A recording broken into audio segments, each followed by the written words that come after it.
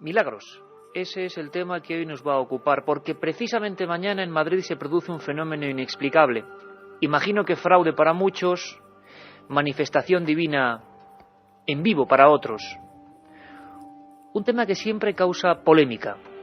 ¿Existen los milagros en el siglo XXI? Desde hace 400 años, ni más ni menos, se venera en Madrid, en pleno cogollo viejo de esta capital de España, una misteriosa ampolla de sangre solidificada. Una sangre que se licúa justo en unas fechas muy concretas y muy significativas. Los más devotos de este asunto afirman que, de no ser así, grandes desgracias y males asolarán a la región. Volvemos a sumergirnos en un ámbito bastante vetado, un ámbito casi tabú para la investigación periodística, los milagros, los misterios de la Iglesia. Vamos a hablar de imágenes que sangran, de Cristos que supuestamente, según dicen los feligreses, e incluso en ocasiones los científicos, llegan a protagonizar misteriosos fenómenos, movimientos. El Cristo de Palencia, ¿lo habéis escuchado alguna vez? El Cristo de la piel de búfalo de Burgos, el Cristo al cual le crece el cabello en Limpia, Santander, o ese misterioso Cristo de Orense. Todos ellos con aspectos muy peculiares. Hablaremos también del último milagro que está investigando el Vaticano en España, certificado por la... Y además un sinfín de contenidos. Milenio 3, edición especial. Ya sabéis que últimamente los domingos nos ocupamos, y gustosamente, de 9 a 11 de la noche. Después, por supuesto, nuestra otra zona de encuentro con los oyentes, de 3 a 4. Habrá además libros, habrá recomendaciones de verano. Queremos saber cuáles son vuestros libros del verano. Que los oyentes compartan esa información. Milagros en el siglo XXI, ¿es posible? Milenio 3, empezamos. Misteriosos santos, historias del pasado más remoto que sin embargo vuelven a ser actualidad. En los últimos años, y nos van a contar los principales protagonistas de esta historia, las videocámaras de alta definición han casi suplido a aquellas lágrimas, a aquellos gritos, a aquellos, en ocasiones incluso exabruptos, porque hubo enfrentamientos en las propias iglesias a veces al considerar algunos que eso era un truco para que los feligreses se contentasen en determinados momentos. ¿La química tiene algo que decirnos? ¿O la alquimia tiene algo que decirnos? Porque es sangre que repentinamente se vuelve líquida solo en unos momentos del año. Ocurre también en Italia, en Nápoles, con el famoso santo mártir San Gennaro. Estamos todos, don Paco Quiroga, a los mandos técnicos de esta nave del misterio, que esta vez viaja entre legajos, historias, crucifijos.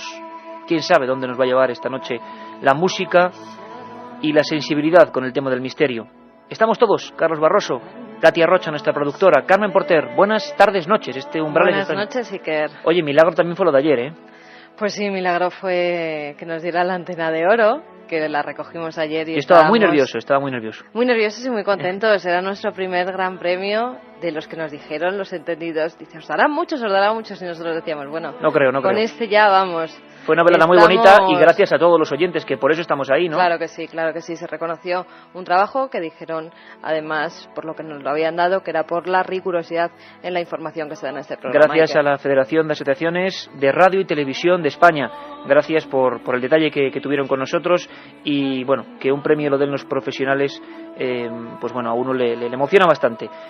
Ese premio es de todo el equipo, de un inmenso equipo, de los corresponsales, de los colaboradores, de las voces, del equipo de producción, de todos los que ellos saben quiénes son, han confiado en este programa, y de nuestros compañeros los técnicos, y sobre todo de todos y cada uno de los que desde cualquier rincón del mundo sienten el espíritu de Milenio 3. Gracias, amigos.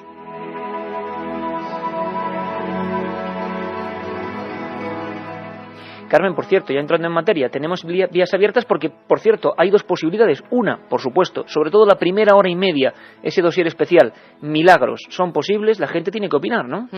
Por supuesto, además que yo sé que en muchos pueblos, en muchas zonitas, pues tienen sus milagros. Propios y que no son tan conocidos. Efectivamente, y que a lo mejor se conocen solamente en la zona.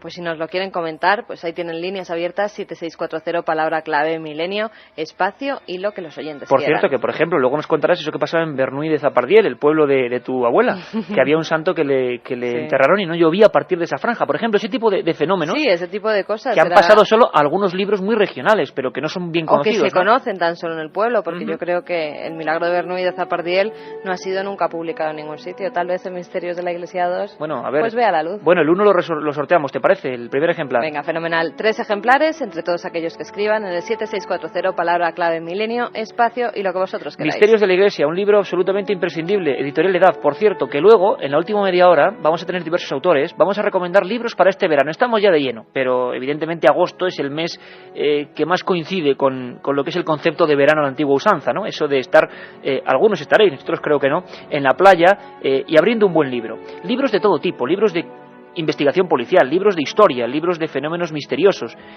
Importantísimo, queremos que nos digáis cuál es vuestro libro preferido del verano. Vamos a intentar elegir un libro preferido del verano, que vosotros podáis recomendar a través de esta vía abierta, 7640, a los amigos. Vamos a hacerlo en estas semanas, ¿te parece, Carmen? Para elegir unos libros del verano, con absoluta transparencia. A poder ser decirnos el libro y el autor. Nosotros vamos a hacer algunas recomendaciones. Son solo eso, recomendaciones, pinceladas de diferentes temas. Las recomendaciones de Milenio 3, porque muchas veces los amigos nos dicen, bueno, de este tema, de este otro, ¿qué libros hay? Es imposible. Ya sabéis que en madrugada solemos dar siempre la biblioteca, pero hoy es biblioteca de verano, ¿os parece? Queremos vuestras opiniones. ¿Cuál es el libro que recomendaríais a un amigo de Milenio?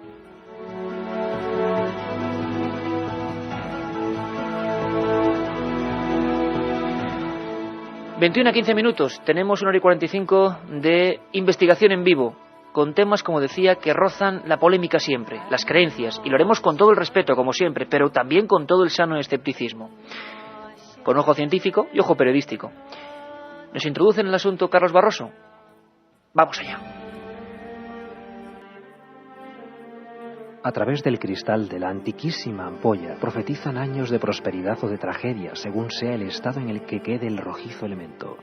Para muchos, se trata de hechos sobrenaturales que se repiten sin rubor en este tecnificado siglo XXI. Sin embargo, no son pocos los que ven en el proceso simples fenómenos químicos, recetas con trampa o complejos trucos de la vieja alquimia.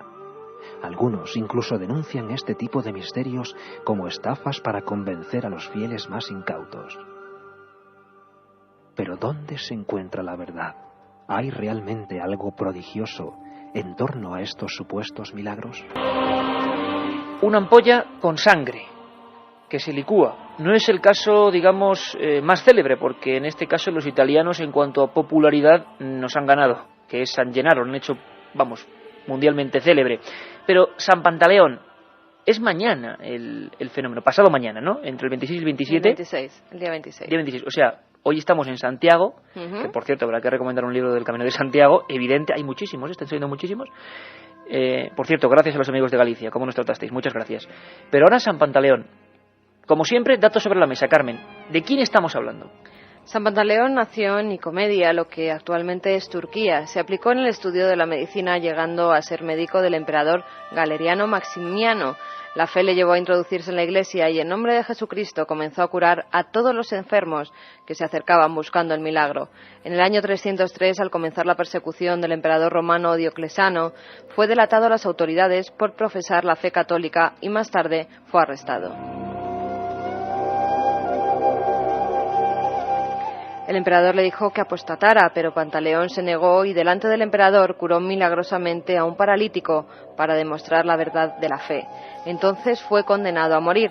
Las actas de su martirio reflejan que se intentó matarle de 6 formas diferentes: con fuego, con plomo fundido, ahogándole, tirándole a las fieras, torturándole en la rueda y atravesándole con una espada. Pantaleón salió ileso de todas ellas. Luego permitió libremente que lo decapitaran, y así ocurrió el 27 de julio del año 305.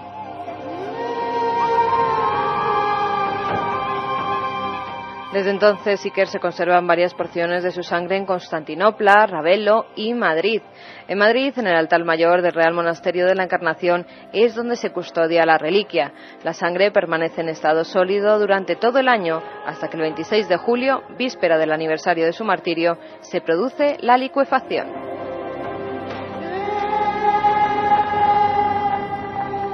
La física imagino que tendrá algo que decir, la medicina también, la ciencia también, y la Iglesia. Tenemos a un buen amigo de este programa en conexión telefónica, que desde una doble óptica, desde una doble visión, y siempre con el eruditismo, siempre con el buen trabajo, es nuestro compañero Manuel Robles, porque desde el punto de vista del que vive la Iglesia desde dentro como sacerdote y sobre todo como periodista del periódico La Razón, y que además, bueno, conoce muy bien muchos entresijos. Algún día a ver si nos lleva, por ejemplo, del Archivo Vaticano. Yo no sé qué puedo opinar de San Género. De momento vamos a saludarle. Buenas tardes, Manuel. Buenas tardes, Iker. Qué alegría escucharte. Estupendamente, ¿eh? Estupendamente. Oye, vamos a ver, San Pantaleón. ¿Esto es una leyenda? ¿Cómo te lo tomas tú, por ejemplo? ¿Cómo se lo puede tomar la Iglesia? ¿Esto es una curiosidad o realmente es algo que demuestra que los milagros todavía existen? Hombre, la licuación de la sangre de San Pantaleón, en definitiva, es un hecho extraordinario. La verdad es que la explicación pues no es nada fácil ni nada sencilla. Si hubiera una explicación, por lo menos a lo largo de estos, se podría decir, 20, 25 últimos años, pues se sabría, ¿no? La verdad es que es un hecho portentoso, porque la vida, os he escuchado antes, de este santo de San Pantaleón, pues fue quizá un poquito legendaria, ¿no? Claro, porque es un poco difícil de creer, ¿no? Claro, 6 clases de muerte. Claro. Y ninguna, ¿no? Y luego, pues claro, las curaciones que se le atribuyen, aparte de la que habéis dicho, el niño es decir, al que le picó una víbora y diríamos, pone entre comillas, lo resucitó, revivió, y luego la curación de un famoso ciego, famosísimo en Nicomedia, que le impuso las manos y también lo curó, ¿no? Es un personaje indudablemente del siglo IV, del 305 que muere, legendario. Y el hecho de la muerte, que al decapitarlo, porque ya con los otros 6 tormentos fue imposible, lo que se cuenta, que quizás sea legendario indudablemente, de que el olivo, un olivo seco, en el que se apoyó para que lo decapitaran, pues claro, volvió otra vez a reverdecer, inclusive a dar fruto, y la sangre que parece que recogieron, pues es la que está en Madrid y la que está, como habéis dicho muy bien, en Ravello, en Italia, ¿no? Y todos los años, excepto parece ser que desde el 16, que la trae aquí, como ha dicho ese amigo viajero, el conde de Miranda, desde el 1616 que está en el convento de la Encarnación, todos los años se licúa. Es un fenómeno extraordinario, excepto pues las 2 crisis que tiene pues son 2 guerras mundiales. Justo en las 2 guerras mundiales, Manuel. Sí, las 2 guerras mundiales, la Primera Guerra Mundial y la Segunda Guerra Mundial, según los datos que tengo, pero en todos los demás acontecimientos, digamos, negativos, pues parece ser que se sigue licuando la tarde del 26 al 27 y que además cualquier espectador, cualquier periodista, cualquier persona creyente, cualquier persona que le interese, pues lo puede ver, porque ahora han instalado unas cámaras de televisión que enfocan a la cápsula y se puede perfectamente ver la transformación, para decirlo de una manera sencilla y asequible, del estado sólido en el que se conserva la sangre al estado líquido, ¿no? Pues Manuel, te pedimos que te quedes ahí pendiente, porque queremos hablar de temas contigo y que te unas a esta mesa de redacción que hoy abrimos aquí en el estudio 1 de la cadena SER. A un lado, nuestro más activo siempre reportero, Francisco Contreras.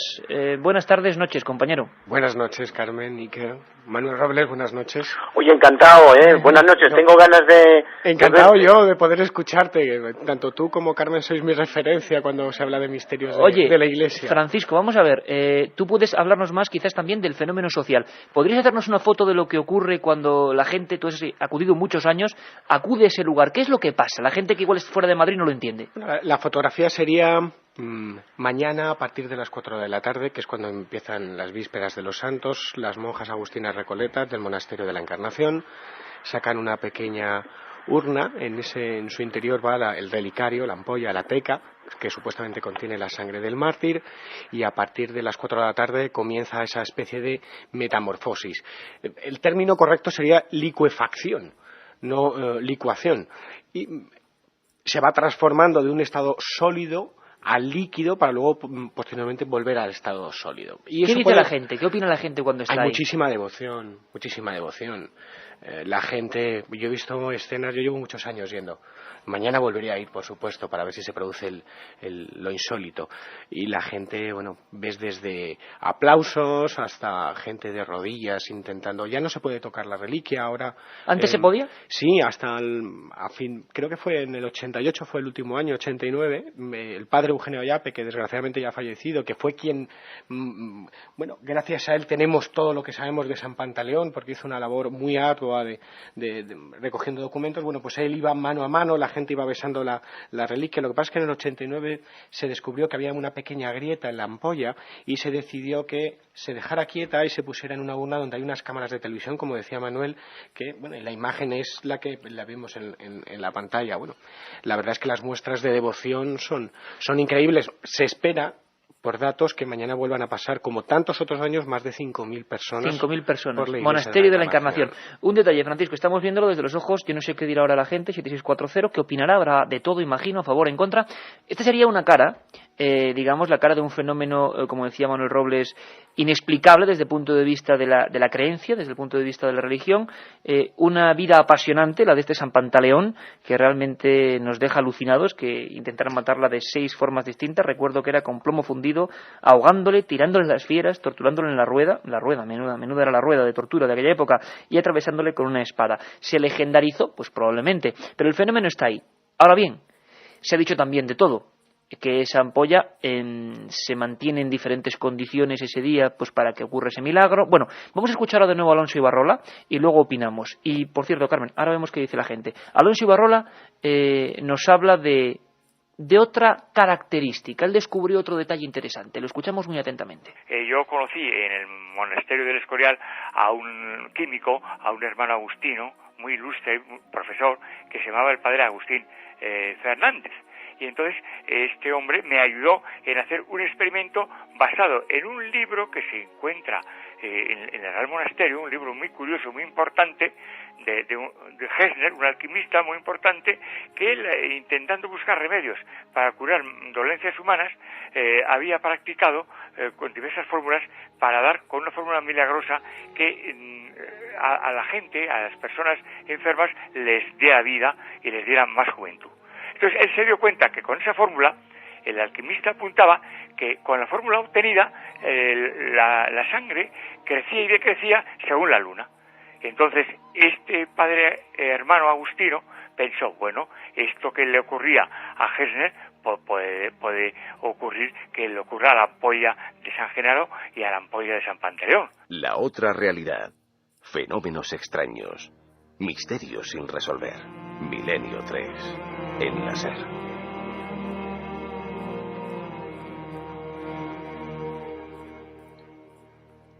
Vamos, Iker, con mensajes que nos llegan a ese 7640, palabra clave, milenio, espacio y lo que vosotros queráis, ya sabéis. Fernando de Torrelavega nos dice: los mayores misterios están en el Vaticano. Mucha gente que nos está ya mandando libros que recomienda a otros amigos de Milenio 3. Pero antes, Martín Copede desde Madrid nos dice: yo he estado en Nápoles, he visto la reliquia del santo y no tengo palabras. Se refiere a la sangre de San Genaro, Iker. En el Museo de Brujería de Segovia creo que te explican el por qué se licúa la sangre, nos dice Marcos de Ávila. Y después vamos con libros. Hola, soy Manolo de Alcoy. Yo le recomiendo a un amigo el libro de la Sábana Santa. Me gustaría un programa, comentaseis algo de sectas, también nos pide. Sectas, un tema que no hemos tocado, la verdad es que creo que en ninguno de los programas. Muchas recomendaciones, y luego vamos con ellas. Vale, a la última hora, si te parece, en los últimos minutos recomendamos un montón de libros. Escuchábamos a Ibarrola hablando de una supuesta fórmula casi alquímica, la alquimia, ya sabéis, esa especie de subcultura o subciencia que fue muy importante en el medievo. Os habéis quedado, imagino, con saber cuál era la fórmula, por lo menos, que Ibarrola pudo reproducir. Escuchamos. Y esa fórmula era utilizar sangre humana, era utilizar esperma de ballena blanca y era utilizar tuétano de buey. Es decir, junto a la sangre, elementos grasos que facilitaban que la sangre pueda pasar del estado sólido a líquido con cierta facilidad.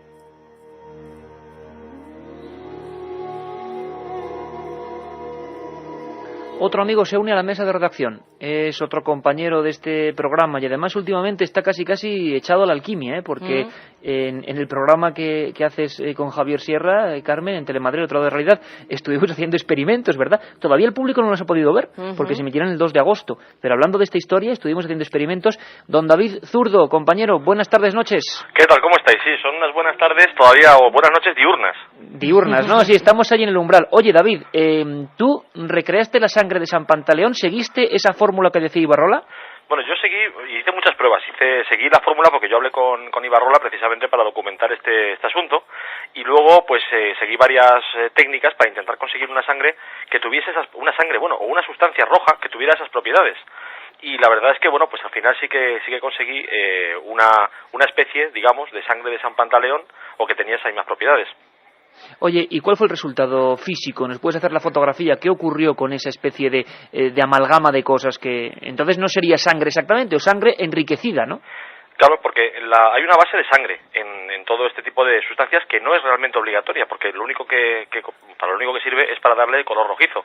Y aún así, por la mezcla con otras sustancias, es importante añadir alguna tintura vermellón un poco fuerte para que le dé más fondo de color rojo.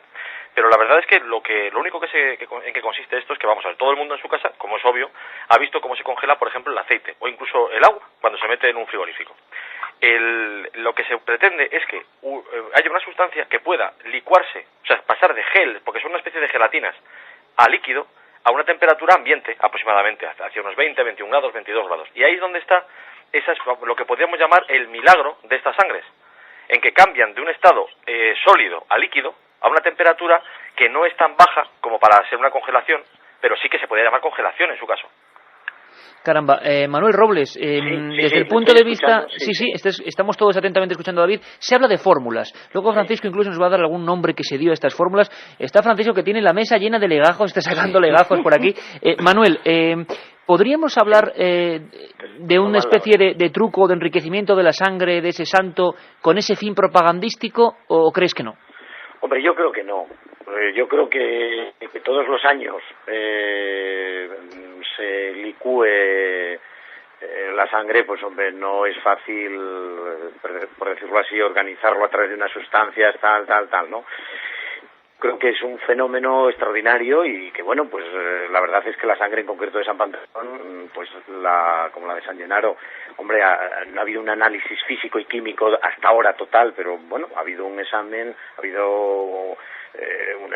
pues personas más o menos expertas tanto en temas físico-químicos, médicos, etcétera, y bueno, pues todo el mundo lo pone como un fenómeno extraordinario, ¿no? ¿La Iglesia ha dejado de investigar, Manuel? Hombre, la Iglesia, por ejemplo, el año pasado estuve hablando con el capellán de aquí del Real Monasterio de la Encarnación, y me decía que en un futuro es muy probable de que se examine por expertos químicos y físicos para que puedan dar una explicación racional. Vamos, la Iglesia nunca ha hablado, la Iglesia como tal nunca se ha definido que esto es un milagro, sino que lo ha calificado pues indudablemente como un hecho extraordinario, ¿no? Pero nunca ha dicho que ha hablado así de milagro, en el sentido de milagro que, es decir, como tenemos los milagros del Evangelio, otro tipo de milagros, sino que nos ha definido. ¿Por qué? Pues porque científicamente todavía eso está sin conocer. ¿Dónde está la barrera, Manuel? Y quizá esto sea una perogrullada, ¿no? Entre el hecho extraordinario y el milagro. Es que eso es un poquito por los resultados. Claro, ponerse a decidir dónde está la barrera, dónde está el límite, pues es que no es nada sencillo. Cuando tenemos, por ejemplo, un milagro, vamos a poner de una curación, por poner un ejemplo sencillo de un cáncer, pues claro, tienes una serie de datos médicos que te dicen que no hay nada que hacer, y a la vuelta de un tiempo, pues los médicos dicen, bueno, esto para nosotros pues es un hecho extraordinario porque este proceso en 5.000 casos o en 1.200, pues esta persona tiene que estar, pues ya vemos que está absolutamente restablecida. Es decir, es un poco, por decirlo de una manera sencilla y asequible, en las consecuencias. Yo voy a decir una cosa que es muy sencilla y que es una cosa simpática sobre San Pantaleón, lo que significa el nombre Pantaleón, ¿no? El que se compadece de todos. Por eso, lo que ya antes a este amigo que hablaba que todos los años va, yo si puedo mañana me acercaré también con alguien de La Razón, y es decir, la devoción que tiene es porque la vida de él ha sido un poco legendaria, pero el mismo nombre lo dice, ¿no? Se compadece de todos. Y claro, por eso quizá a lo largo de la historia es un mártir, y es del siglo, es decir, del 305.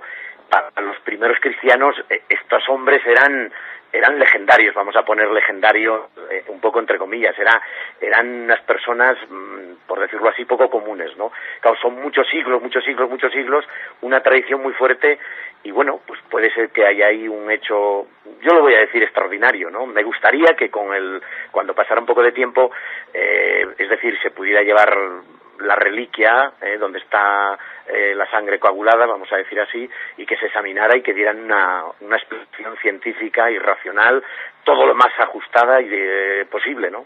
Francisco, aceite de santos, lo que estábamos escuchando. Aceite de santos. ¿Es el nombre, digamos, que se ha conocido? Bueno, aceite de santos es el nombre por el cual Konrad Gessner habla de este supuesto prodigio en su libro que publicó en el año 1555 llamado Tesoro de los Remedios Secretos, que es el que encuentra Agustín Fernández en la biblioteca del Escorial. Menudo sitio para encontrar un tratado, ¿eh? Él era sacerdote, ya no lo es, vive en Zarzalejo, creo. Él busca en los libros de alquimia del monasterio del Escorial este libro y encuentra esto, y Barrola hace este producto. A mí me gustaría matizar varias cosas de esta pequeña mesa de redacción, ¿no? Yo me quedo con una frase que decía San Agustín, que es que un milagro no se produce en contradicción con la naturaleza, sino en contradicción con lo que sabemos nosotros de ella. Sí, claro. Con lo cual, partamos de la base. La Iglesia da como portento y milagro la sangre de San Pantaleón. Pero hay mucha polémica, y los periodistas habéis criticado muchas veces en este caso, los que habéis seguido este tema, que no se ha dejado de investigar todo lo que se debería. Voy por partes. La Iglesia da como portento, como decía el padre Eugenio Ayape, todo esto desde que el 28 de septiembre de 1724, don Miguel Herrero, juez ordinario de la Santa Inquisición del Arzobispado de Santiago de Compostela, abre un juicio inquisitorial a la reliquia, que dura desde 1724 a 1730. 6 años de juicio inquisitorial. Y que certifican el prodigio, lo milagroso, lo divino de la sangre de San Pantaleón ante el notario Vicente Castroverde. Eso por un lado. Investigaciones en la sangre de San Pantaleón ha habido muy pocas, porque la fama de San Pantaleón nace en 1979, cuando el padre Eugenio Ayape sale en diferentes medios de comunicación gracias a la popularidad de la sangre de San Genaro. Y bueno, todo esto cobra fama. Pero hay un dato muy importante, que es que la Sociedad Española de Parapsicología en 1975, comandada por un equipo en el que estaba Juan Eslada Guirauta, director de la sección de neumología del Hospital Puerta del Hierro, José María Cebreiro, licenciado en Ciencias Químicas, Eduardo Torroja, que era miembro del Instituto de Investigaciones Científicas, y Ramos Pereira, pidieron a las autoridades eclesiásticas hacer una investigación, y desgraciadamente en aquella época se les denegó, así que buenas noticias es si ahora la Iglesia permite hacer una investigación. Y en cuanto a las posibles explicaciones del fenómeno, yo he entrevistado en diferentes ocasiones a Agustín Fernández y he podido intentar hacer esta mezcla de la que David hablaba. Hay dos explicaciones para el fenómeno, una sería térmica y otra mecánica. La térmica se podría decir que es una sustancia compuesta por un complemento que es el esperma de ballena, una sustancia que hay en casi todos los productos de belleza, y que al calentarse produce este fenómeno, y otra mecánica, que es una mezcla isotrópica que produce por movimiento la licuefacción. El problema está en que la sangre de San Pantaleón, desde el día 27 de julio de 1979 hasta noviembre de 1980, se quedó líquida, con lo cual rompe todo.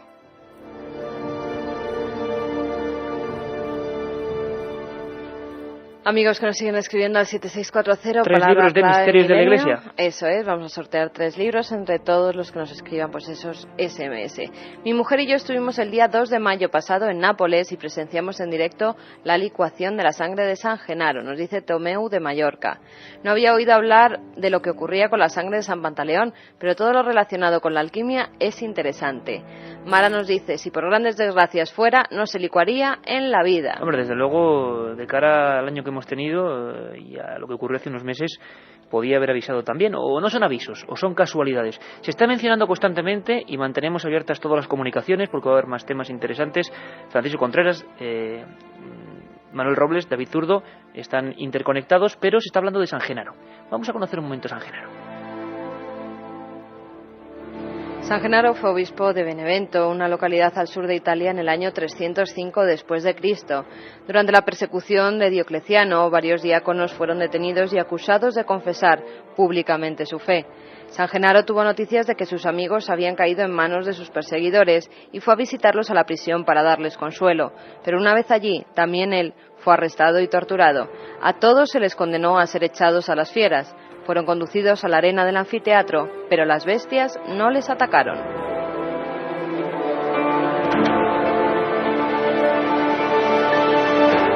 El pueblo a gritos pedían que acabaran con sus vidas y el emperador los condenó a morir decapitados.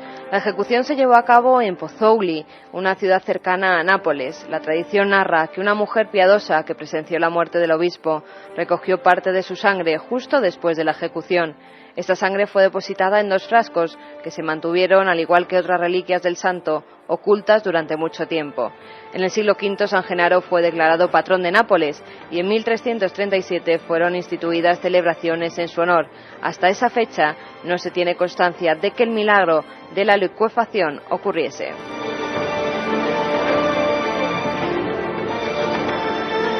En un diario de un ciudadano anónimo de Nápoles aparece el primer relato que nos habla del presunto milagro, que decía lo siguiente: en el día 17 hubo una gran procesión para celebrar el milagro realizado por nuestro divino Señor con la sangre de San Genaro.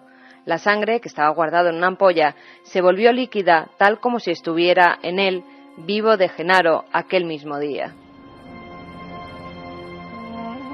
Lo que sí es cierto, Iker, es que existen 2 ampollas con sangre. Una de ellas contiene algunas gotas, la otra está llena hasta 2/3 de su capacidad y ambas se encuentran dentro de una caja de vidrio sellada que se guarda en una bóveda en la iglesia Capella del Tesoro en la ciudad de Nápoles. 3 veces al año la sangre es expuesta para su veneración. El sábado que precede al primer domingo de mayo, que coincide con el traslado de San Genaro a la ciudad, el 19 de septiembre, que conmemora su martirio, y el 16 de diciembre, fiesta que lo celebra como patrono de la ciudad.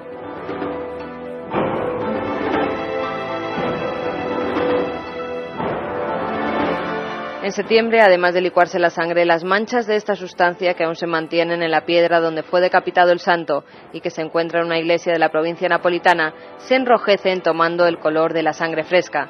La tradición afirma que es mal augurio que el milagro no ocurra. La última vez que no se licuó la sangre fue en 1987.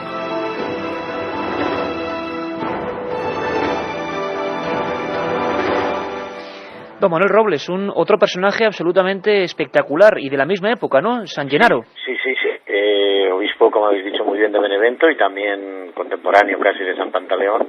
Lo que pasa, por decirlo así, en Nápoles, todo el mundo que ha estado y que conozca Nápoles, pues es mucho más efervescente la gente. El follón que se monta allí es espectacular, ¿no? Se celebra exactamente los 3 días, el primer, que ha dicho muy bien, el primer sábado de mayo y luego el 19 de septiembre y luego en diciembre. Es impresionante porque pues así son los napolitanos, ¿no? Me parece que, no recuerdo muy bien porque estoy hablando un poco de memoria, pero creo que fue en 1960 cuando no se licuó la sangre. 60, ajá. ¿Ocurrió algo? 80. Sí, ocurrió pues el famoso terremoto del sur de Italia que murieron 3.000 personas. 3.000 personas, un terremoto. Y solamente entonces, San Pantaleón y San Genaro, Manuel, tienen esta característica de que su sangre se licue. Sí. No hay otros santos, ¿no? No, exactamente. Son los 2 únicos santos que hay en la iglesia y los 3 lugares es Madrid, es Nápoles y luego es Rebello, ¿no? En la costa amalfitana, muy cerca de Amalfi. O sea que está también muy cerca de Nápoles, el otro lugar.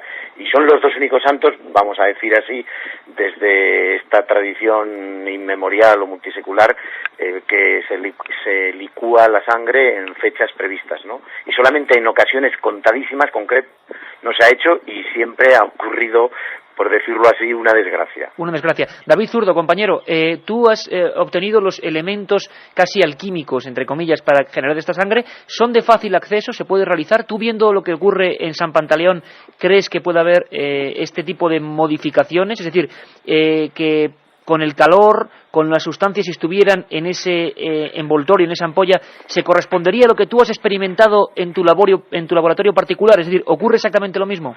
Bueno, es que lo primero que yo querría decir a este respecto es que hacer una prueba de licuefacción de una sustancia no implica que lo que pase con la sangre de San Pantaleón sea o no un milagro. Eso es lo primero de todo. Claro, implica que se puede hacer, nada más. Claro, implica que se puede hacer. El caso de San Pantaleón, pues yo no puedo decirlo. Lo que sí puedo decir es que se pueden conseguir sustancias que a una temperatura de 20, 22, 24, o sea, a cualquier prácticamente temperatura, pasen de ese estado de gel, de ese estado sólido, a estado líquido, sí. O sea, sí, pero por ejemplo en San Genaro, David, una de las pruebas que se ha hecho es que la temperatura, como la sangre de San Genaro se licúa en diferentes fechas, una de ellas es en invierno, en diciembre, pues en esa fecha las temperaturas son mucho más bajas y se ha demostrado que en el caso de San Genaro, por ejemplo, no tiene nada que ver la temperatura con la licuefacción de la sangre. Sí, la verdad es que yo lo que así más o menos por lo que he investigado así un poco por encima para ver cómo podría ser, tengo entendido de San Genaro, es que las ampollas tienen alguna pequeña espita donde se puede hacer entrar gas o el aire de la atmósfera. Hay una cosa que he visto, yo no sé si es cierta, pero al parecer en 1799 la sangre de San Genaro se licuó en una fecha distinta a la habitual o a las habituales y fue porque el jefe del gobierno napolitano, eso es lo que yo he leído, apuntó con una pistola al cardenal encargado de la custodia de esta sangre, de esta reliquia. Y entonces, bueno, pues algo debió hacer este cardenal porque la sangre se licuó. A mí, si me dejáis, David, a mí me gustaría saber qué tiempo de cocción de destilado hicisteis en la prueba, porque yo cuando he hecho las pruebas de forma particular para mis investigaciones con Agustín Fernández, licenciado en químicas y ex sacerdote del monasterio Escorial, me dijo que el gran problema que tuvo con Ibarrola, que lo he tenido yo con él, es el tiempo de destilado, porque en esa cita que da Conrad Gessner, que es textualmente, se toman 3 libras de sangre pura y roja de un hombre bien sano de varios, entre los 25 y 30 años, 1 libra de Mira, ya esperma no entro en el espectro. Es decir, el problema es el destilado. Y eso por un lado.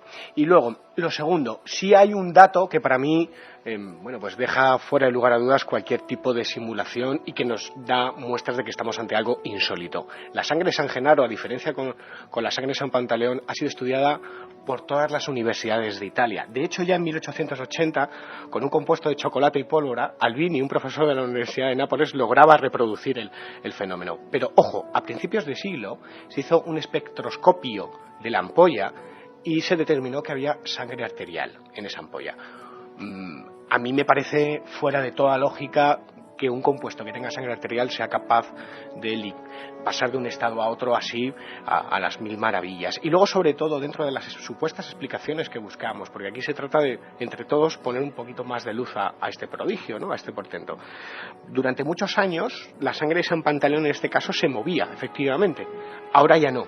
Con lo cual, la hipótesis ahora está fija en un sitio. Exacto, la hipótesis mecánica, es decir, que un compuesto que se mueve y que con ese calor se licúa, que es lo más lógico, lo que todos estamos pensando, que hay algún tipo de fricción. Bueno, ¿no? Eso ya no vale, porque la ampolla no se mueve, con lo cual solamente nos queda una hipótesis. Vamos a dejarlo ahí, Fran, vamos a dejarlo ahí porque la sangre es y David, te despedimos, un abrazo muy fuerte, compañero, y gracias por esos experimentos que haremos en vivo aquí. Bueno, y ojalá sea un milagro, porque la vida ya es un gran milagro, la vida misma y la existencia de todos, ¿no? O sea que, bueno, claro que sí. Un abrazo para todos y ya veremos a ver mañana qué ocurre. Claro que sí, el milagro real es la vida, claro que sí, David. Un abrazo.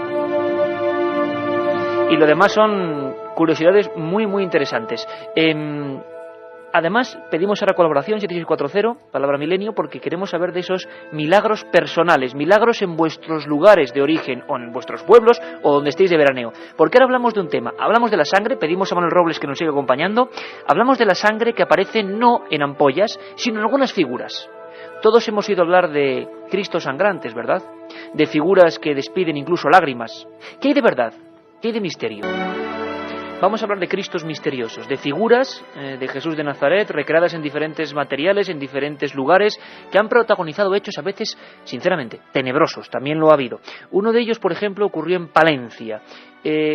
Carmen, en Palencia hay una figura de Jesús de Nazaret en el monasterio, el convento de las Clarisas, a la que cantó Unamuno. Unamuno decía, este Cristo de mi tierra que es tierra, de un aspecto absolutamente terrorífico en el buen sentido de la palabra, la expresión es brutal, y lo que llamó la atención, por ejemplo, el primero en darnos el dato, aunque ha habido muchos escritos al respecto, fue Fernando González Siches, de Explora Films, biólogo, que dijo, hombre, tenéis que investigar esto porque sinceramente parece una momia, es decir, una momia reutilizada, que parece que fue una práctica que se realizó en su época. cuando uno va a ese Cristo, impactante, tienes fotografías ahora mismo de él, se da cuenta, Carmen, de que hay una carcasa de madera, de que el pelo es natural y está pegado en la cara, y que incluso unos dedos más pequeños, que parecen carne, salen por debajo de la madera, ¿no? Sí, efectivamente, Iker, cuando tú ves este Cristo, además es un Cristo bastante pequeño, no es un Cristo de grandes dimensiones, y parece más la figura de una mujer o de una niña en la adolescencia, tanto por la estatura como por la complexión física. Es lo que física. dice el biólogo. Sí, sí. Además, es cierto que tiene un recubrimiento que es de madera, pero por debajo, ya en los pies, asoman lo que pueden ser pues los huesos de lo que hay debajo, que en teoría pues puede ser la momia de alguien. Más que nada, según decía Fernando González Siches, de una niña. Un Cristo, además, por cierto, que no se adecúa, digamos, a los monumentos, vamos a llamarlo así, que se realizaban, pagos importantes para hacer tallas muy concretas, siglo XIV, y todas ellas iban tapadas con la madera en la propia talla, realizando esos sudarios que llevaría Jesús. Solo hay dos Cristos tapando sus partes pudendas, que yo sepa en España que no lo tienen, que además son los dos más extraños, que son el de Palencia, que es este, y el de Burgos. El de Burgos también tiene una especie de faldón y también que tiene le recubre piel. Las partes púdicas, y al parecer está hecho de piel. Documentos sobre el Cristo de Palencia, documentos muy concretos que hablan de juicios exactos, de años absolutamente fidedignos, donde ocurrieron fenómenos insólitos, fenómenos que al menos quedaron ahí. Eran, imaginaciones. ¿Por qué ese Cristo en concreto? Legajos, por cierto, que no son de muy fácil acceso. Ese Cristo, Carmen, de Palencia tuvo una curiosa aparición primaria, ¿no? Efectivamente, Iker, el Cristo fue hallado una noche del año 1377. Don Diego Alonso Enríquez, que era almirante de Castilla y capitán general de la Armada de España, se encontró con lo que él describió un fuego fatuo flotando sobre el agua. Decía que se aproximaba a una de sus naves, era de forma ovoide, el cuerpo luminescente y que vagaba sin rumbo por el Atlántico. O sea, una especie de urna de cristal. Dejó una crónica que decía: la vela era en sí única lucida antorcha, tan constante en su llama que no pudo apagarla el viento. El almirante abordó su navío para examinar aquella novedad con apariencia de fantasma. No era fuego fatuo, y despreciando los riesgos halló esta imagen en una caja de cristal cuya fragilidad servía de fuerte muro contra los golpes de las aguas. O sea, hablando en castellano moderno, Carmen, que aquel Cristo, figura, momia, según la biología, lo que sea, vagaba en una especie de urna de cristal. Pero es que hay Cristos que son idénticos. Creo que el de Orense se lo encuentra de la misma manera. Estamos ante una leyenda común. ¿Y por qué los Cristos más polémicos en este tema de lo misterioso aparecen así? Es curioso, es una pregunta que nadie... Es curioso, pero los que son más extraños precisamente es que han aparecido todos en el agua. Y todos han sido hallados pues por algún almirante, por algún mercader que estaba navegando, por alguna gente que luego los llevó a su pueblo de referencia, que es lo curioso, y es desde entonces donde se quedan allí. Vamos a ver si nuestros amigos tienen idea de documentos, de datos, de historias, de milagros.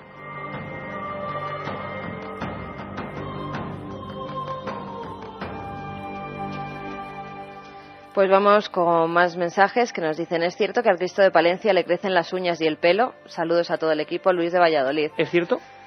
Pues yo no sé si es cierto o no. Lo que sí te puedo decir es lo que me dijeron las monjas clarisas cuando las pregunté pues a través del torno, porque son monjas de clausura, y cuando fuimos hasta allí, Iker, ¿te acuerdas que las estuvimos entrevistando? Yo se lo pregunté y ellas me dijeron que no era cierto, que eso era una leyenda. Pero lo que sí que es cierto es que a mí ese pelo, por ejemplo, no me parece un pelo que sea del mismo Cristo, me parece algo pegado, algo añadido a esa talla, esa figura. El Cristo de o Limpias en Cantabria, diferente Santander y a Cantabria, sí que tiene una historia terrorífica también de pelo y de uñas, que luego comentaremos también con nuestros compañeros y con Manuel Robles. En Valencia sí que es cierto que sí que se cree, que dicen, y además todo el mundo te lo dice, que le crecen las uñas y el pelo. Bueno, la momificación para generar figuras, más o menos, era relativamente habitual, ocurría.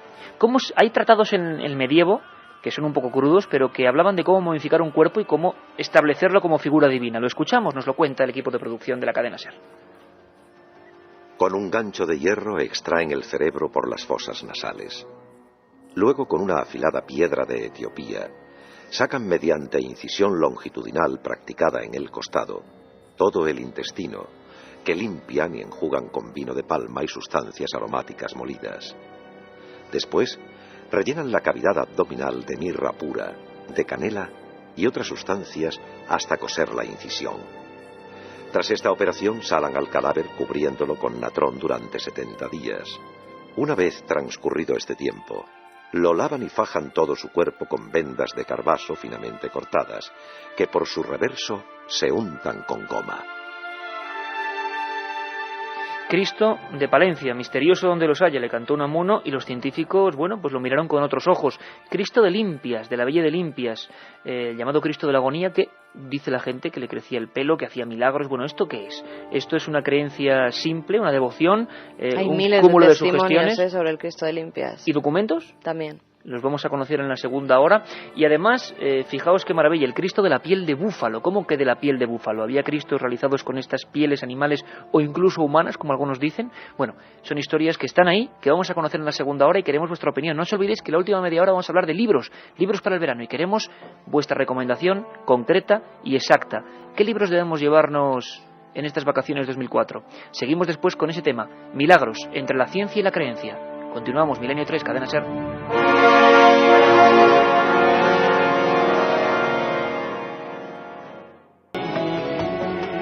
Y ahora hablamos de otro fenómeno misterioso dentro de las figuras de Cristo que hay por esta península, iba a decir, porque en las islas no hay casos tan conocidos, sí en la península.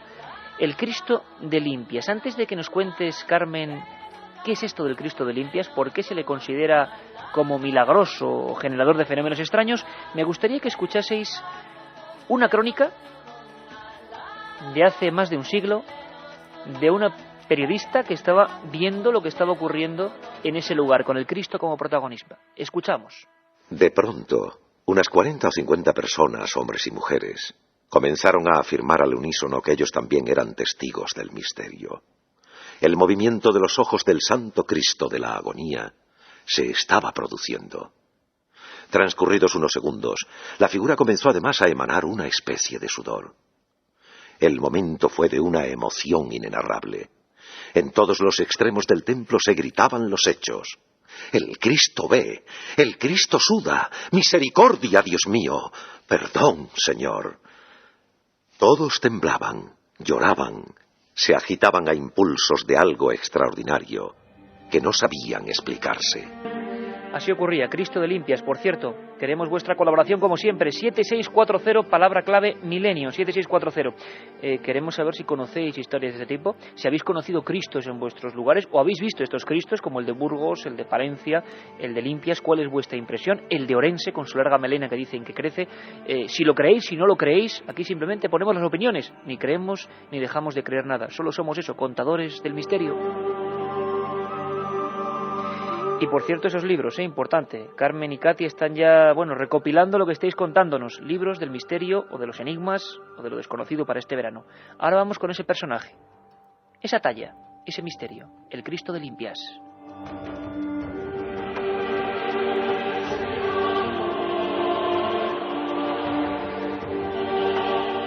En Cantabria se encuentra la villa de Limpias, famosa por el santuario del Santísimo Cristo de la Agonía.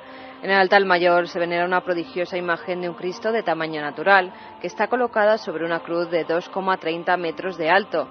Los brazos aparecen blandos, relajados, como los de un hombre que los abriera sin esfuerzo, y sus dedos índice y angular en ambas manos están extendidos.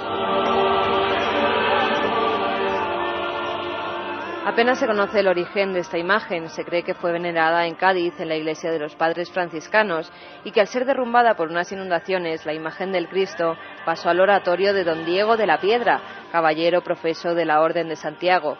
Cuentan que un maremoto amenazó la ciudad de Cádiz. El pueblo sacó en procesión las imágenes más veneradas en la ciudad, y las aguas se detuvieron y comenzaron a retroceder solo ante la imagen del Cristo de la Agonía. En vista del prodigio, el pueblo agradeció y pidió que la imagen del Santo Cristo fuera puesta en veneración en algunas de las iglesias de Cádiz.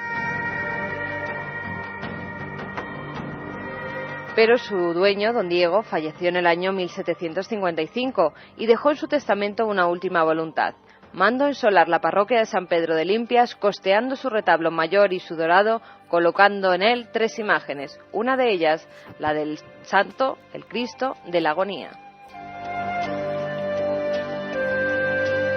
A partir del 30 de marzo de 1919 se comenzó a extender el rumor de que en Limpia sucedían hechos extraordinarios. Decían que la hermosa imagen del Cristo movía los ojos, que palidecía, sangraba y sudaba. El primero en ver el prodigio fue el padre Antonio López, un profesor del Colegio San Vicente de Paul, que se encontraba en la villa. Decía la crónica: un día en el mes de agosto de 1914 fui a la iglesia con el motivo de instalar una iluminación eléctrica en el altar mayor. Me hallaba solo en la iglesia, subido en una escalera, apoyada sobre un andamio, improvisado recostado sobre la pared, que sirve de trasfondo a la imagen del Cristo. Cuando él se encontraba, Iker, iluminando esa imagen, de repente vio cómo los ojos de la imagen del crucifijo permanecían cerrados. Se habían cerrado, según dijo él, milagrosamente.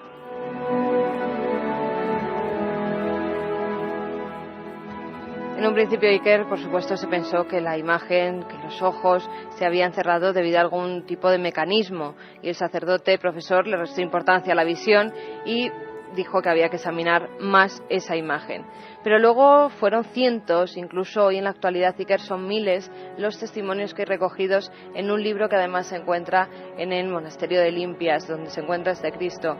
Eran muchos los niños, incluso que en el año 1919, durante unas misiones que se estaban llevando en este pueblo, pues fueron muchos los que dijeron haberle visto abrir, cerrar los ojos e incluso moverse en algunas de las ocasiones. Incluso gotas de sangre en ciertas heridas que aparecen en la talla. Y el párroco, al pasar el pañuelo por la cara del Cristo, también se encontró que había llorado. Esta es la historia del Cristo de Limpias, y junto con el Cristo de Orense y el Cristo de Burgos también, del que ahora hablaremos, tienen, digamos, los más célebres hechos paranormales, sobrenaturales, eso ya no lo sabemos. El Cristo de la piel de búfalo es un Cristo muy venerado por el lugar donde se encuentra, claro, en la catedral, ni más ni menos, de Burgos. Estamos hablando de algunos Cristos que están en sitios más o menos remotos, pero otros, caramba, en esta joya arquitectónica. ¿Qué sabemos brevemente, Carmen? ¿Qué es misterioso? ¿Qué tenemos que apuntar en el cuaderno de campo sobre el Cristo de la piel de búfalo? En la Catedral de Burgos se halla una extraña talla de un Cristo que al parecer fue encontrada, otra vez volvemos, en el mar. Igual que en Palencia. Metida en una caja que flotaba sobre las aguas. Esto ocurría en el año 1308. Cuenta la tradición que un rico comerciante de la ciudad, muy allegado a los canónigos de San Agustín, tuvo que emprender un largo viaje y prometió a los religiosos traerles un obsequio a cambio de sus oraciones para que la suerte los acompañase en ese viaje. Realizó su periplo por toda la península, por todos los mares que rodeaban la península, y ya de vuelta, en mitad del océano, recordó de pronto que se había olvidado por completo del regalo prometido, pero ya era tarde para volver. Y fue justo cuando, en aquel momento, el vigía anunció la presencia de un cuerpo flotando sobre las olas. Otra vez como el caso anterior, como en Palencia. Acercaron el navío y recogieron al náufrago, que no era tal. Resultó ser un Cristo crucificado tan real, según dijeron, que podría habérsele tomado por un ser viviente. Dicen los informes que la imagen fue elaborada de tal manera por el artífice, el supuesto artífice anónimo, como el Cristo de Palencia o el de Orense, que todo en él parece una perfecta imitación de la piel, la carne y la sangre. Tanto es así que se ha llegado a decir de ella que laten sus venas, que crecen sus cabellos y sus uñas, y que es incluso, caramba, esto da un poco de cosa, de llorar o de emitir un sonido que parece el llanto en determinadas circunstancias. Lo que sí parece cierto, según muchos testigos, imagino que la ciencia dirá todo lo contrario, e incluso la Iglesia puede que, diga freno a este tipo de habladurías que provocan devoción popular, que la cabeza se llega a mover milimétricamente, pero se llega a mover a ambos lados, y los brazos dicen en alguna ocasión que se han llegado a desclavar, ¿no? Sí, cuando se desclavan es cuando dicen que se ve que se mueven incluso como si fuera una persona. Bueno, el Cristo de la piel de búfalo, esto es el propio misterio que la gente que ha conocido la talla desde hace muchos años le agrega. Cierto, incierto, real, irreal, a vosotros os corresponde opinar. Cristos misteriosos, Cristos enigmáticos, en diferentes puntos de España. ¿Los conocéis? ¿Los habéis visto? ¿Qué habéis sentido? Nos interesa, como siempre, vuestra opinión, y a veces incluso la opinión subjetiva, ¿por qué no? Las sensaciones que uno tiene. Yo me acuerdo cuando vi la sábana santa por vez primera. Iba completamente incrédulo, sigo siendo incrédulo en muchos sentidos, pero iba pensando eso, en el cráneo de San Cirilo o en reliquias de este tipo. Pero aquella cara me impresionó. Aquella sábana delante de mis ojos me dejó muy impactado por el dolor que reflejaba. Algo parecido me ocurrió con el Cristo de Palencia. No sé si es momia, no sé si es talla, no sé qué es. Pero hay algo que se aprecia solamente en algunas figuras del arte, en algunas recreaciones del ser humano, que nos llega muy adentro. ¿Lo habéis notado alguna vez?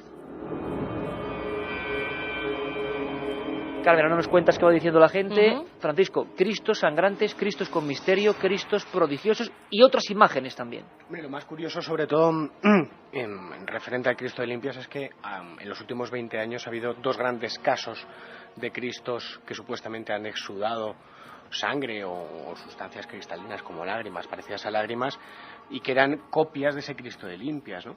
Uno es el famoso Cristo de Denia, que quedó como uno de los grandes fraudes. Me gustaría mucho, Francisco, que diéramos también ese capotazo lógico. Estamos hablando y la gente puede pensar, caramba, qué devotos son. Hablan de esos milagros como si fueran algo hecho y probado, y no es así. Ha habido muchos fraudes en todo esto. Ha habido muchos. Bueno, el de Denia fue uno importante. El último, por ejemplo, ocurrió en Mura, pero fue una virgen, no fue un Cristo. Es el último gran caso que quedó como un fraude, que ocurrió en 1998, salió en casi todos los medios de comunicación y bueno, fue un capítulo aparte dentro de la sociología del misterio. En el de Denia hubo mucha sangre.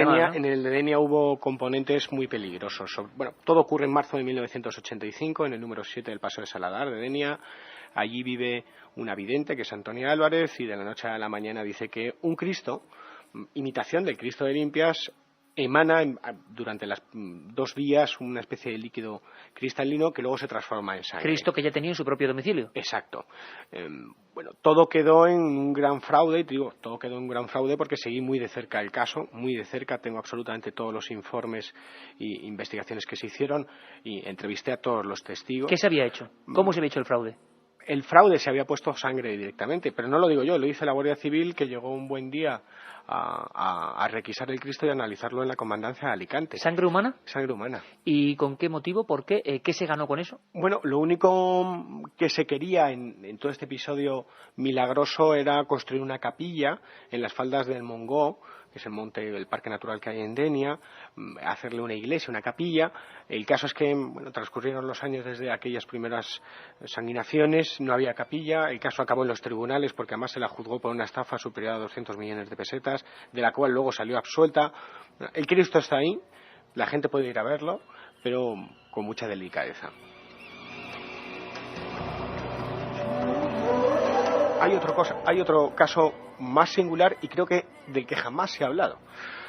Ocurrió, pues mira, fue en 1996 en la localidad de Monóvar, en Alicante, y un Cristo, también reproducción del Cristo de Limpias, estuvo llorando durante 3 días consecutivos.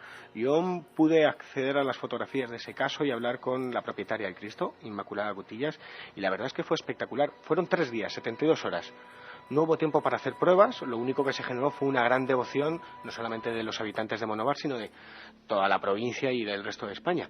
Y ahí quedó, nunca más se supo, ¿no? La tradición de Cristos y vírgenes sangrantes o que lloran en España viene incluso, bueno, mira, el primer caso ocurrió en 1520, un icono bizantino de la Madre de Déu que hay en Cocentaina. El primero, 1520. 1520. Eso virgen, era una Madre de Déu, la Madre de Dios. Vamos a hablar también de imágenes de vírgenes, aunque sea rápidamente, para saber que hay mucho fraude y también hay casos que no se pueden explicar. Hay mucho fraude y hay también mucha verdad. El Cristo de Cochabamba, por ejemplo, que empezó a llorar a partir de 1995, lo compra una azafata, que era Silvia Arévalo, compra una estatua como las que hay en miles de santuarios repartidos por toda España. Y ese Cristo, a las pocas horas de tenerlo en su casa, comienza a llorar. Claro, la Iglesia en un principio dice que esto no puede ser, que tiene que deberse a algún fraude, algún tipo de mecanismo que sí que en otros llorar fraudes... lágrimas. Efectivamente, en otros fraudes sí que se ha visto que han incluido algún tipo de mecanismo por el que la sangre fluía a través pues, de unos agujeros que les hacían en los ojos, pero es muy fácil de descubrir. Esto se lleva a analizar la sangre y descubren que es sangre humana. Pero no contentos con ello, hacen varios TAC, es decir, lo que nosotros nos hace cualquier persona para ver nuestro interior, pues se lo hacen a esta imagen del Cristo, que es un busto que es solamente la cabeza, hasta los hombros. Y ven que en el interior no hay ningún mecanismo que produzca esas lágrimas. Se ha descartado todo tipo de fraude, Iker, y esta imagen, pues, por las últimas noticias que tengo, en los últimos años ha exudado sangre otras 2 veces. Otras 2 veces. Carmen, ¿te parece que escuchemos otro informe clásico? Es decir, vamos a decir que podemos compartir la opinión tanto de los que piensan que aquí hay mucho fraude, que lo hay evidentemente, como los que piensan que dentro del mundo de lo insólito, sobrenatural según la Iglesia, paranormal para los científicos interesados en la parapsicología ocurren, es decir, dos mundos muy diversos, pero también ese otro mundo tiene informes concretos. Uno de los más célebres, y tú lo reproducías en el libro que hoy sorteamos, Misterios de la Iglesia, editorial Edad, 3 ejemplares, A7640, es el de Antonieta Canuso, una mujer que tenía en la cabecera de su cama un cuadro, en esta ocasión incluso ya no es una figura sino un cuadro, que lloraba lágrimas. ¿Te parece que escuchemos, os parece, amigos, que escuchemos el informe concreto, redactado de creo que eran 6 doctores de la universidad para analizar concretamente esa sustancia que manaba de los ojos? ¿Qué pasó? ¿Fue real? ¿Se añadió de una persona humana? ¿O era algo realmente inexplicable? Escuchamos ese célebre informe.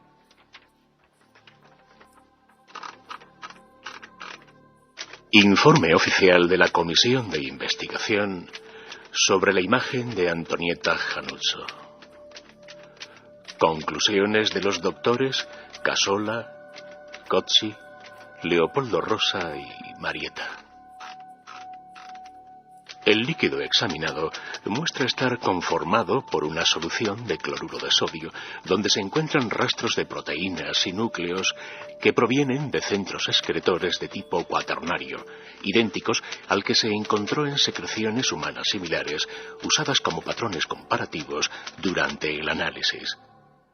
La apariencia, la alcalinidad y la composición induce a considerar que el líquido examinado es análogo a las lágrimas humanas.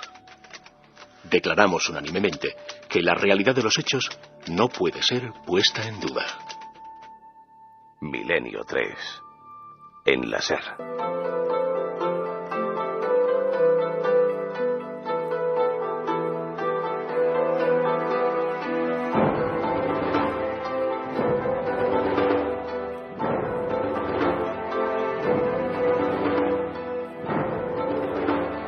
Y 25, y estamos ya casi abriendo la biblioteca. Amigos, queremos saber qué pensáis, qué opináis, cuáles son los libros. Seguro que el Código Da Vinci sale por ahí. No puedo... Mucho sale. Seguro, ¿no? El Código Da Vinci. Caballo de Troya siempre está ahí, ¿no? También, Histórico. Vosotros sois los jueces. Vamos a ver cuáles son los libros del verano, pero sin ningún tipo de ranking, sino qué opina la gente. Y vamos a hablar con varios autores que se queman en las ascuas de la actualidad de las listas de ventas. ¿Os parece? Libros... después de este paseo por los milagros.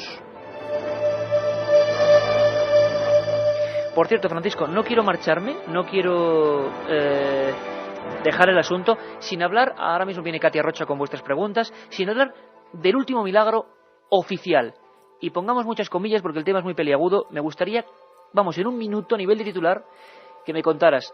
Ahora mismo en España el Vaticano investiga uno de estos milagros. No es un Cristo sangrante, no es una imagen que sangra de la que emana cualquier líquido misterioso, sino es un milagro de una curación extraordinaria. ¿Podríamos decir eso? Bueno, lo podríamos dividir o darle dos enfoques. Milagro para el que sea devoto y tenga sus creencias religiosas. Curiosidad o anécdota médica para el que no tenga ningún tipo de creencia religiosa, ¿no? Ocurre en abril de 1996...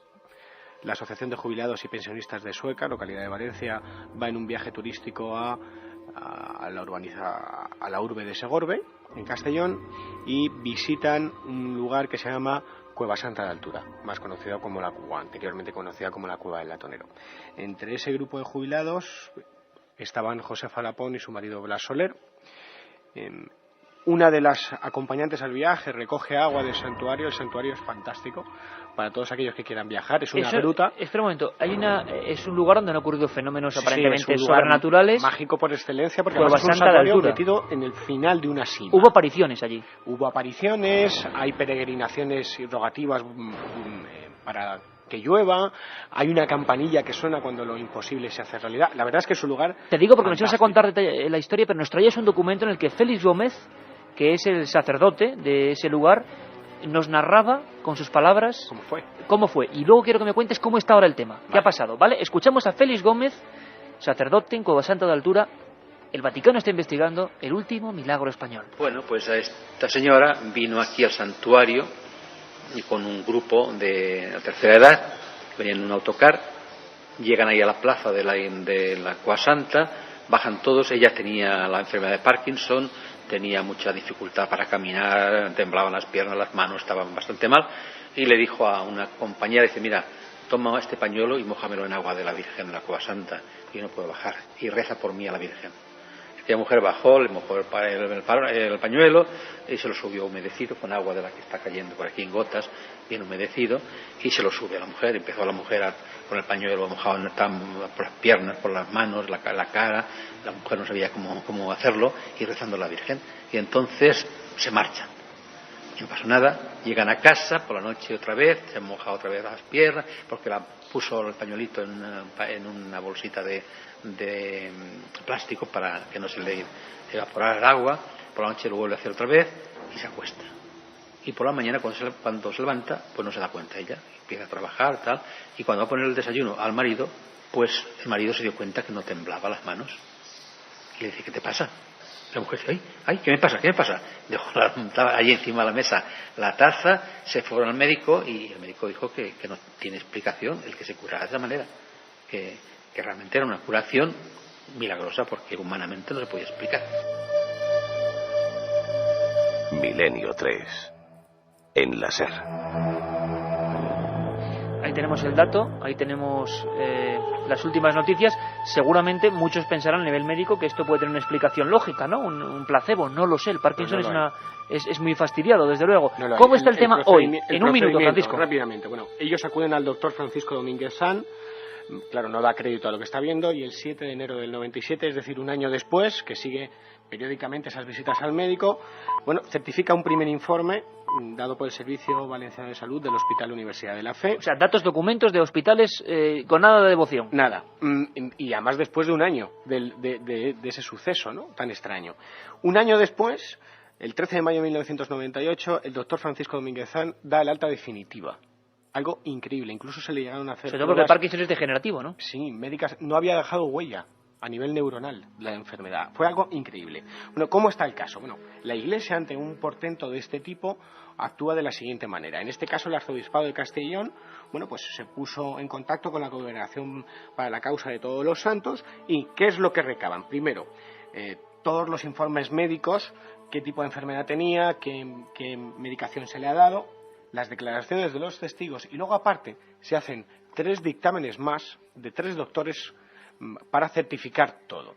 Así lo que se consigue es el positio. La jerarquía eclesiástica lo llama técnicamente positio. Bueno, este positio se dio hace 2 años, y todo esto es enviado ahora al Vaticano, a Roma, que lo que hace es volver a reinvestigar un todo. Nuevo juicio. Es decir, nuevas declaraciones de los testigos, las íbamos a poner, pero por respeto a esta investigación, yo he podido hablar con José Además, el tema es delicado Soler. Porque Ellos no pueden hablar con los medios de comunicación, pero las pondremos en cuanto haya luz verde. Bueno, pues el Vaticano lo que hace es declaración de los testigos, informes médicos y otras 3 nuevos dictámenes médicos, con lo que se da lo llamado positio super miraculo, que es definitivamente lo milagroso. Pero te digo, milagroso de cara a la Iglesia. Para la ciencia quizás sea una anécdota, pero el caso es que no tiene explicación.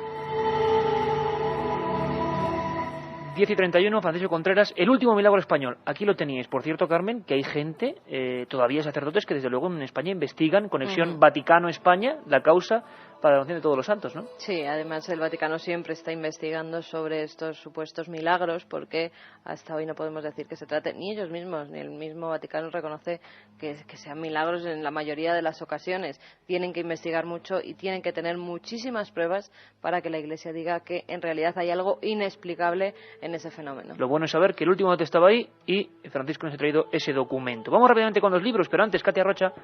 Buenas noches. Buenas noches ya. ¿Qué dice la gente? ¿Qué opinaba? ¿Qué hablaba de su encuentro con los milagros? El primer mensaje a modo de reflexión, Asu nos dice que qué pasó con la Virgen de Civitavecchia, que lloraba sangre. Civitavecchia. Dice que es que no sabía si se escribe así. Dice que si para nosotros un milagro implica la existencia de algún dios o simplemente un hecho sin explicación científica. Bueno, lo preguntaba Alfredo de Canarias. Eso cada uno tendrá su opinión, que es respetable. Y Carmen, ¿qué pasa con Civitavecchia? Con la Virgen de Civitavecchia fue pues una estatuilla también de yeso que comenzó a llorar sangre en 1995. Incluso una sociedad contra el fraude italiana lleva a juicio al dueño, que se llamaba Fabio Gregori, le lleva a juicio diciendo que ha intentado engañar a un núcleo de gente. Bueno, este juicio hacen todo tipo de pruebas a esa imagen, hacen todo tipo de pruebas con la sangre, descubren que no se trata de ningún fraude y el juicio es a favor del dueño de la estatua y el juez que además el juez, tengo aquí el nombre, Carmine Castaldo, sentenció que no había truco y mucho menos intento de aprovecharse de la credulidad popular. Última hora, vosotros mandáis, preguntáis, Virgen de Civitavecchia.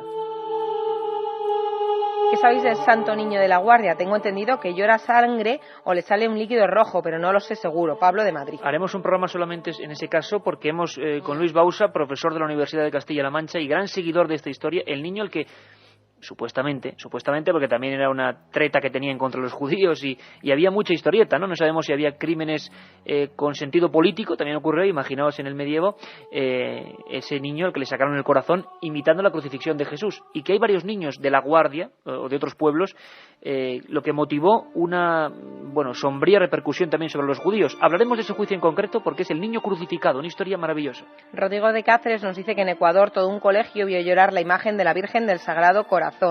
Desde Cáceres nos comentan que el Cristo del Risco de Sierra de Fuentes, en Cáceres, se le atribuyen curaciones. Qué interesante, ¿no? La gente en cada sitio, en cada historia. Claro, Rodrigo de Valladolid nos dice, en el siglo XVIII, en Medina de Río Seco, Valladolid, el Cristo de Castilviejo fue sacado en procesión para que lloviera. Creo que Carmen va a tener que hacer un Misterios de la Iglesia segunda parte.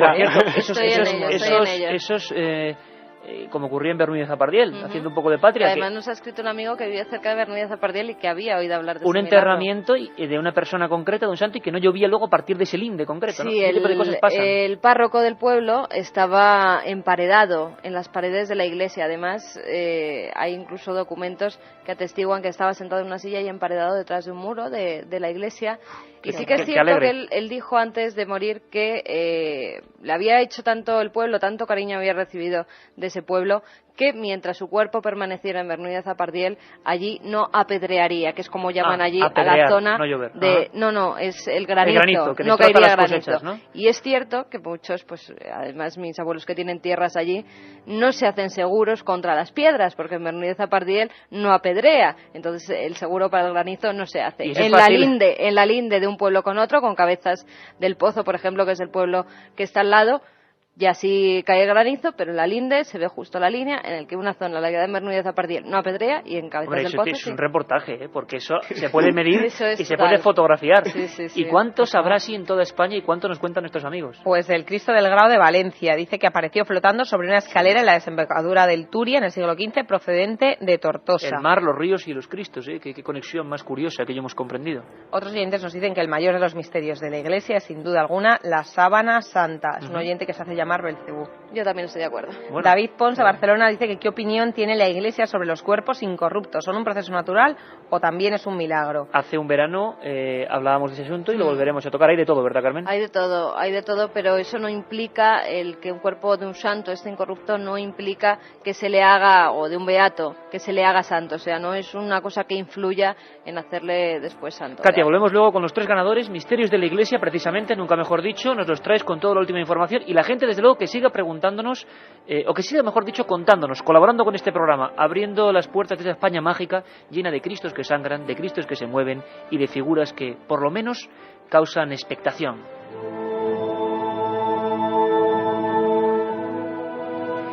Y ahora vámonos, compañeros, muy rápido.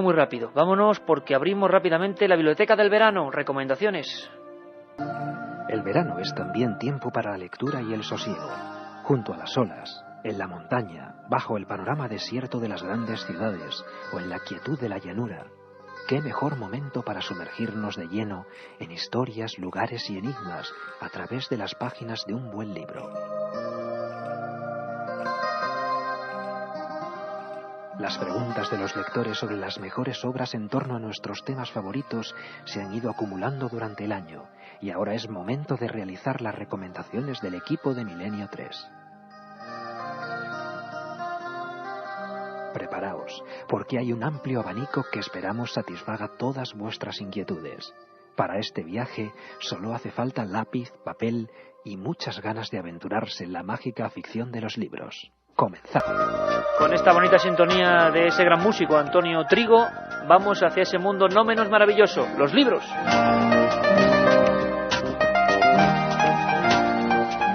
Imagino que el código, Carmen, number one total, ¿no?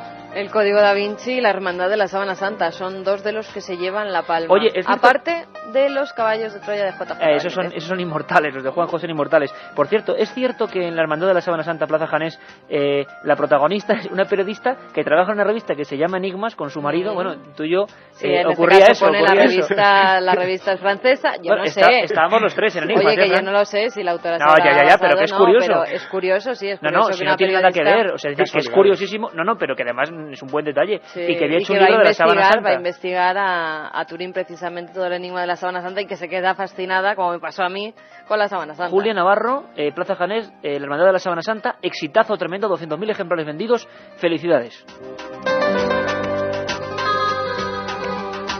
Pero el Código da Vinci, desde luego, es un libro que ha roto. Y la editorial Edad ha sacado un libro... Bueno, han salido muchos libros. Bueno, mejor os lo cuenta Carlos brevemente y luego hablamos con Sebastián Vázquez, editor de editorial Edad. Venga.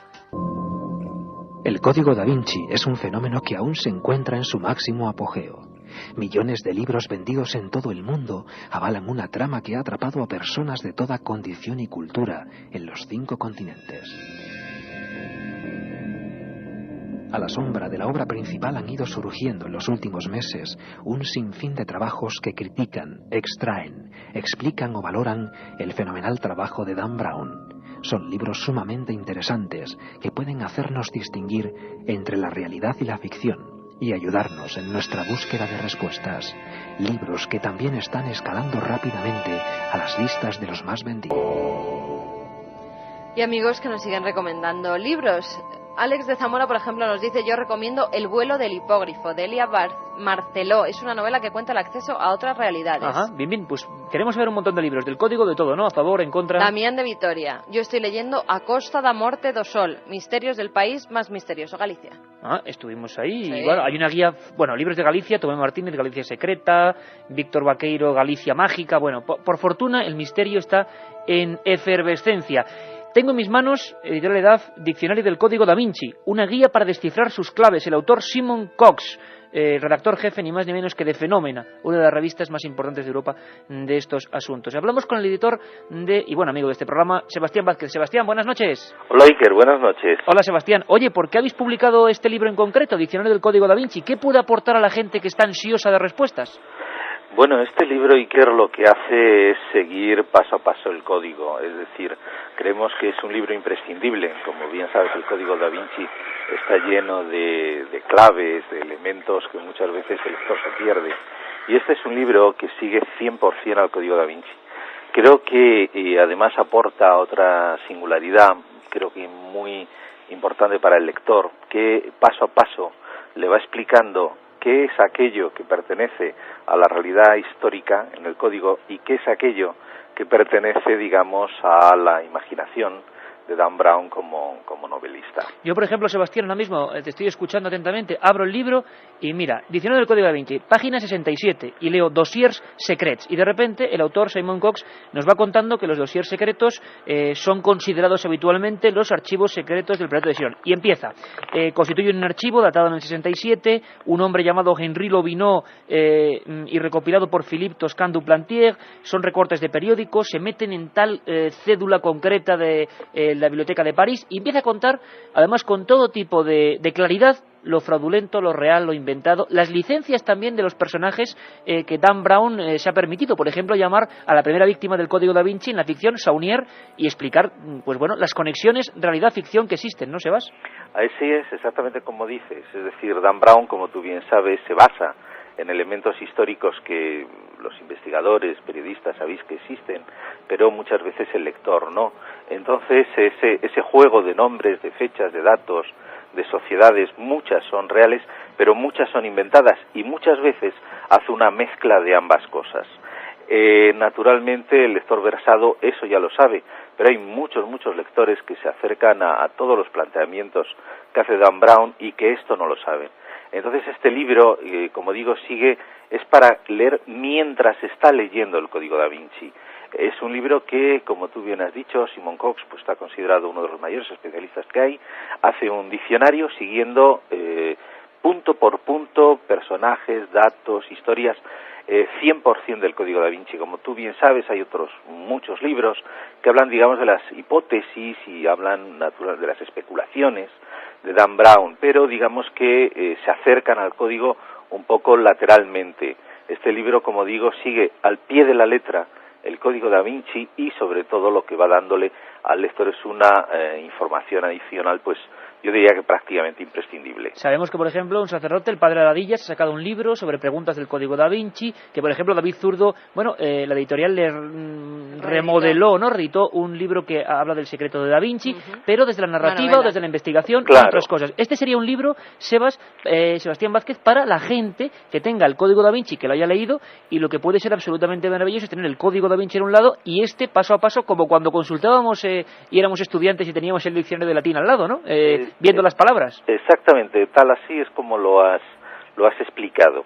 Muchas veces el código es una novela para disfrutar de ella, de sus claves, de sus misterios, de su narración, pero como va siguiendo una serie de elementos históricos, de fechas, de personajes, ahí se pierde. Aquí es muy fácil, simplemente consultas el diccionario por el nombre, por la cita que coge en este caso Simon Cox, explica la parte del libro a la cual se refiere y ahí ya tiene el lector toda la información precisa, la que pertenece a la ficción, la que pertenece a la historia y aquello que ha mezclado el autor hábilmente pues para darle pues más vida, más atractivo a la novela.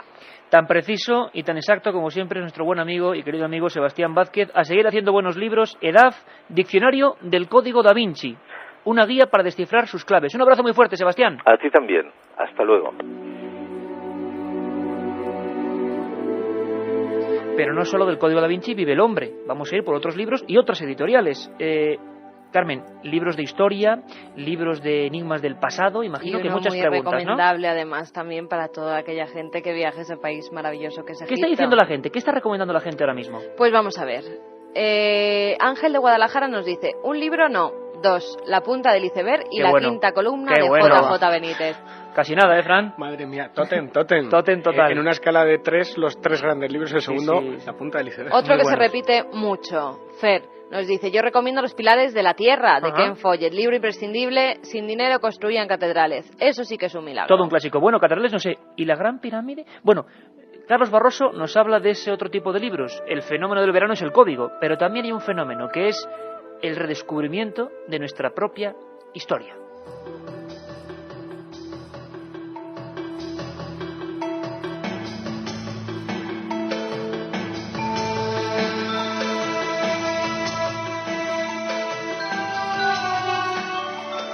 Las civilizaciones antiguas, los remotos pueblos del misterio y las pruebas de la existencia de tecnologías en los umbrales de la historia son asuntos que jamás pasan de moda. En los últimos tiempos, las librerías han vivido un auténtico aluvión de ejemplares que revisan el pasado y rastrean a la búsqueda de datos y objetos que no encajan. Adentrarse en ellos puede ser una aventura fascinante.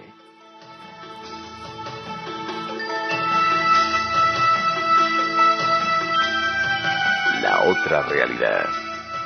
Milenio 3. En la SER.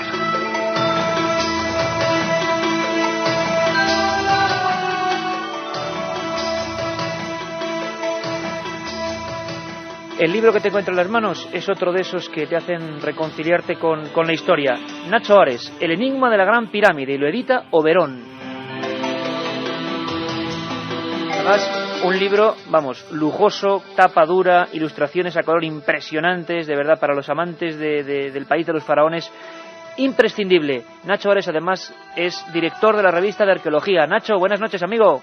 Buenas noches, Iker, ¿cómo estáis? Oye, menudo libro que has publicado, qué maravilla. Son de esos para guardar, Pues muchísimas gracias. Sí, la verdad es que por lo menos estéticamente es muy bonito el contenido, claro, está mal que lo diga yo, pero también creo que por lo menos pone al día uno de los grandes enigmas históricos, que es todo aquello relacionado con la Gran Pirámide. O sea, no solamente los problemas relacionados con la construcción, con la orientación astronómica, la posibilidad de cámaras secretas, sino también la propia historia un poco de la piramidología, ¿no? Esa ciencia paralela, un poco pseudociencia, como queramos entenderlo, que de alguna forma durante casi más de un siglo ha estudiado esa otra realidad que puede haber al lado de la Gran Pirámide. El enigma de la Gran Pirámide, una foto espectacular, tantas veces la hemos visto, esa gigantesca mole, esa construcción.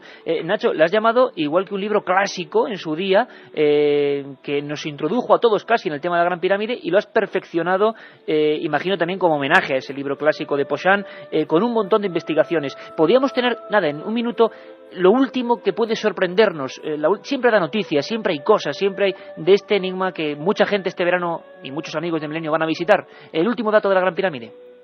Hombre, sería difícil, ¿no? Pero retomando un poco en el hilo del tiempo, lo último que por lo menos hemos tenido noticias de ellos es quizás la investigación de cámaras secretas, ¿no? Ajá. Como bien sabe Siker, hace casi 10 años, en 1893, Rudolf Gantenbrink, un ingeniero alemán, descubrió la posibilidad de que había nuevas cámaras al final de unos pasadizos muy pequeñitos de apenas 20 por 20 centímetros que partían de una de las cámaras más importantes de la Gran Pirámide, la Cámara de la Reina, y siempre he especulado con la posibilidad de saber qué podía haber detrás de esa cámara, ¿no? Y sobre todo, más que podía haber, pues sobre todo el contenido que pudiera esconder esta nueva estancia, esta nueva habitación, que, como bien dicen los egiptólogos, han pasado más de 100 años sin que se haya descubierto ni una sola cámara nueva en este monumento. Y precisamente las investigaciones de National Geographic Channel, finalmente en el año 2002, en septiembre, con esa retransmisión en directo para todo el mundo de lo que había detrás de esa misteriosa puerta, pues ha abierto nuevas expectativas y, sobre todo,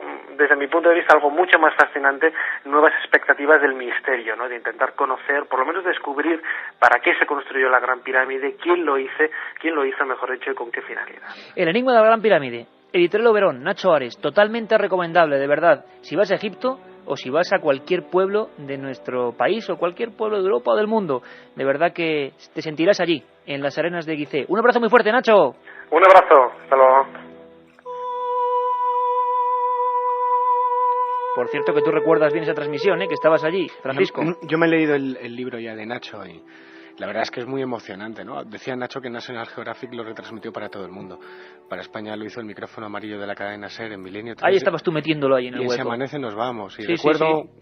a Jaguas poniendo el micrófono con Roberto y tú en antena con las primeras conclusiones del Fue maravilloso. Tan maravilloso como que estamos a 25 de julio, ¿no? Día de Santiago. Sí. Jacobeo. A salir en todos los telediarios las imágenes. Hay que llevarse una guía debajo del brazo. Y en apenas un minuto nos lo va a contar Mariano, porque es una guía distinta. La guía del viajero que se lo ha hecho 3 veces a bicicleta, que ha observado todo lo que otros viajeros no pueden observar. El misterio. Mariano Fernández Urresti, compañero, amigo, buenas noches. Hola, muy buenas noches, Iker. Oye, Mariano, 3 viajes, ¿no? 3, sí, efectivamente. Oye, y, bueno, aunque fueron 3, estoy pensando ya en un cuarto. Y yo sé que bueno, Mariano, además, que dentro de muy poquito nos veremos allí en Cantabria, en esa tierra que tanto queremos, en esas conferencias que estás ya preparando, y que daremos buena cuenta de ellas. Mariano, por cierto, sé que es muy difícil, y más en un día como hoy, pero ¿nos das algún punto que nadie debiera perderse? Quizá no pueda ser tan célebre como otros, que nadie debiera perderse del Camino de Santiago si va a decidirse a hacerlo ahora. ¿Algún punto con misterio? Bueno, pues te diría un monumento y un paraje, ¿te parece? Perfecto. El monumento, pues yo creo que puede ser Eunate, Nuestra Señora de Eunate, de las 100 puertas en Navarra, una iglesia que, aunque haya quien lo discuta, es sin duda, o fue sin duda, construcción templaria, y que está repleta de todo tipo de enigmas. Y como paraje, como paisaje, pues tal vez el Valle del Silencio, el punto en donde pasamos desde la Maragatería al Bierzo, un lugar donde en otro tiempo hubo eremitas y donde yo creo que todavía hoy se puede escuchar la voz de Dios. Increíble, y además, como siempre, también sintáctico y concreto. Lo editó también EDAF en esa colección, el Archivo del Misterio. Un viaje mágico por el Camino. Mariano, hablaremos de ello en un programa especial. Un abrazo muy fuerte, compañero. Igual. Y con esta música